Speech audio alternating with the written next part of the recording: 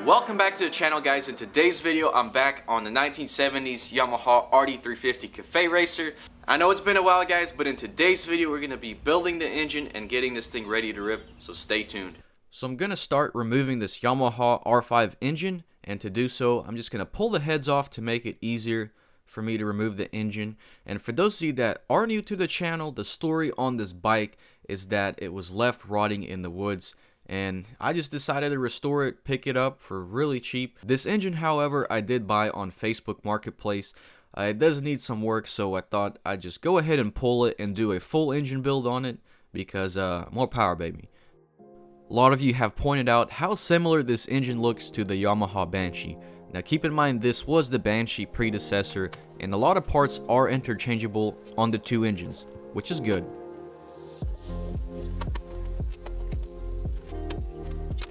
First things first, we're going to go ahead and take the clutch cover off.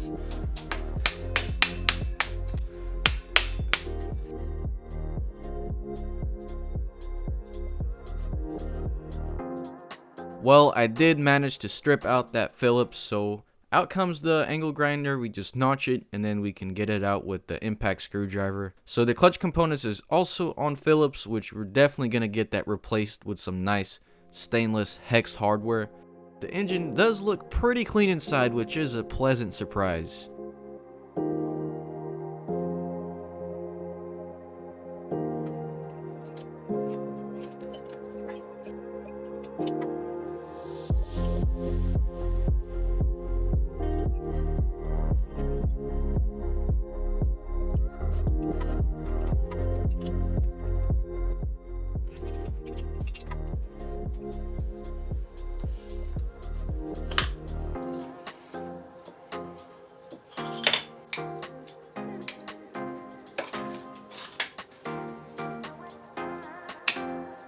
So I'm just busting off the clutch nut with the help of these locking pliers.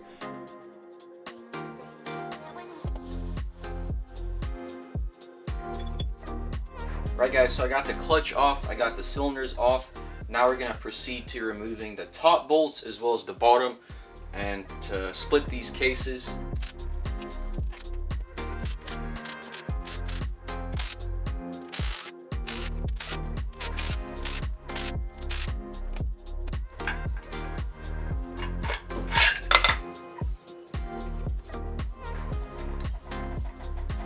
There's that old crankshaft. Alright, guys, so I have a package here from Vito's Performance. This is a brand new crankshaft, a redesigned crankshaft for the RD350. So rolling around with a 50-year-old crankshaft is really sketchy, and especially if you're seeing 10,000 RPMs, not that good. And the price to rebuild a stock crankshaft like this is upwards of $500.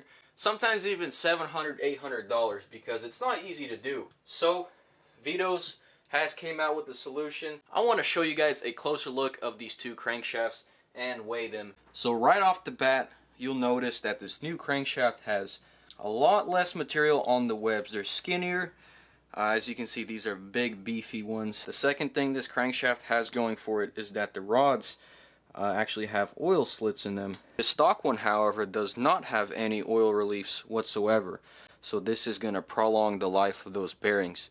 So you can see that we do have the traditional 7-ball bearing from Taiwan. These webs are actually keyed, so they can't twist out of phase, whereas these are just press fit, I believe. So yeah, I want to go ahead and weigh these things and see how much difference there actually is. So the stock crankshaft is showing about 5,700, and this updated crankshaft is showing 4,900 grams.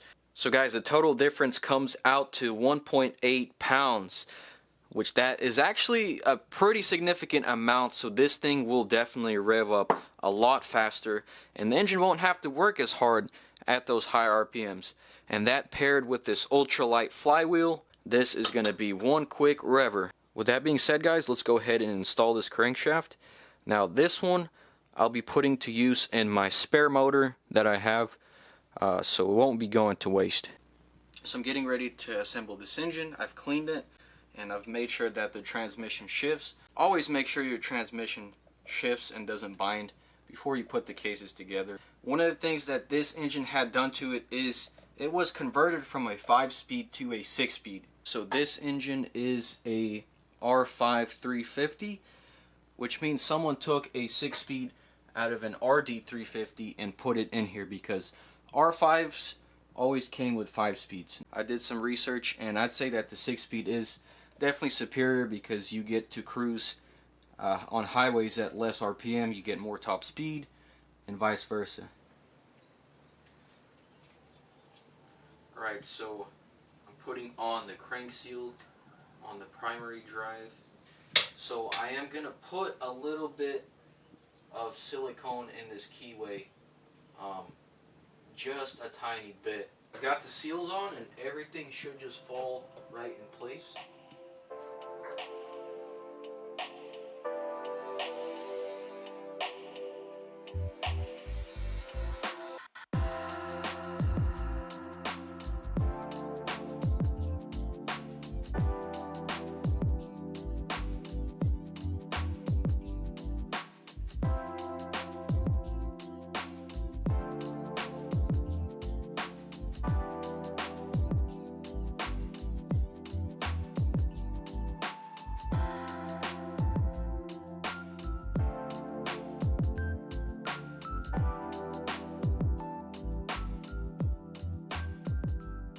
Alright guys, so I took some of this VHT engine enamel and I painted the engine black because, you know, overall the theme of the bike is just all black and I think it looks awesome. And then same thing with the heads. I'm currently painting them black. The cylinders will be black.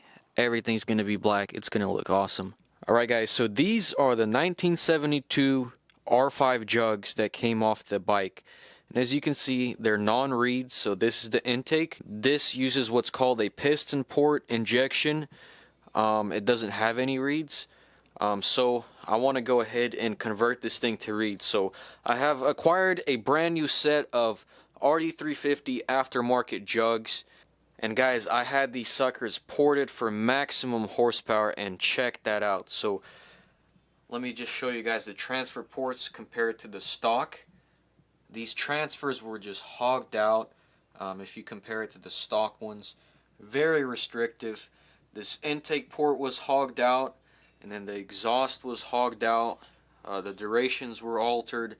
It's just overall a beautiful port job. So there's the transfers on the stock bike, comparing them to this modified cylinder. It's just such a huge difference, guys. This thing is going to run insanely good. Now Kevin also punched the intake out so I can fit in some banshee reeds. And just to show you an example of a stock cylinder, so banshee reeds do not fit in, as you can see. So to compare, here are the banshee reeds next to the stock RD350 reeds. The banshee reeds will not fit in a stock cylinder. You have to port it out, which you can do by yourself. It'll just take a long time. So if you're doing a reed conversion, you have to switch your pistons to get the ones that have holes in them. You can actually use banshee pistons for this build, but these are just some cast cheapo pistons that I want to try out.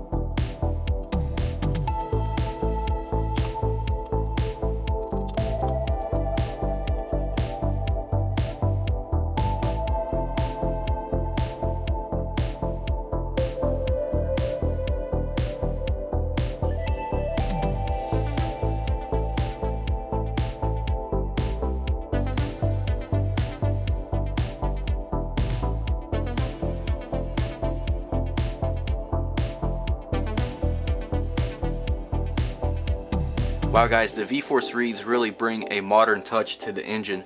I was going to start assembling the clutch, but I noticed that there is a slight problem. The clutch basket it has some play to it, which means I'll have to replace the bushings. So I've ordered those, and I might as well just get a brand new clutch in here. So I'll have that in part 2 of this engine build. I'll show you guys how to upgrade the clutch on these older engines and use some bigger plates. So for now, I'm just going to install the clutch cover back on and then put this engine back in the bike and finish torquing the heads down.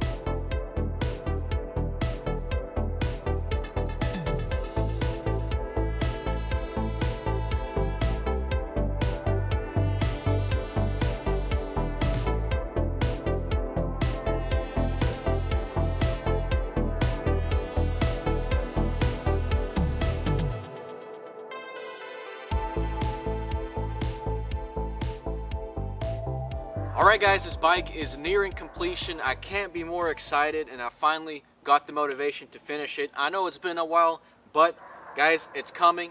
The end is near. Just to recap everything I did, I converted this engine to reeds. I installed a light and crankshaft. I installed new cylinders, new heads, ported. This thing is going to be amazing. In the next video, we're going to be finishing this engine up, so finishing up the clutch and also timing the engine with the new CDI, because this engine was on points originally. So yeah guys, this bike is coming out fantastic. Leave a like if you enjoyed the video, and I am thinking about doing more frequent uploads like this, you know, where not as much gets done, but you guys will get 2-3 videos a week. So moving on forward, I think I'm going to try to shoot for 2 videos a week. You know, but life does happen. I won't always meet the goal, but so yeah, let me know what you guys think. Leave a like if you enjoyed the video. Follow me on Instagram at VasiliBuilds, and I'll have to catch you in the next one. Stay tuned, and peace.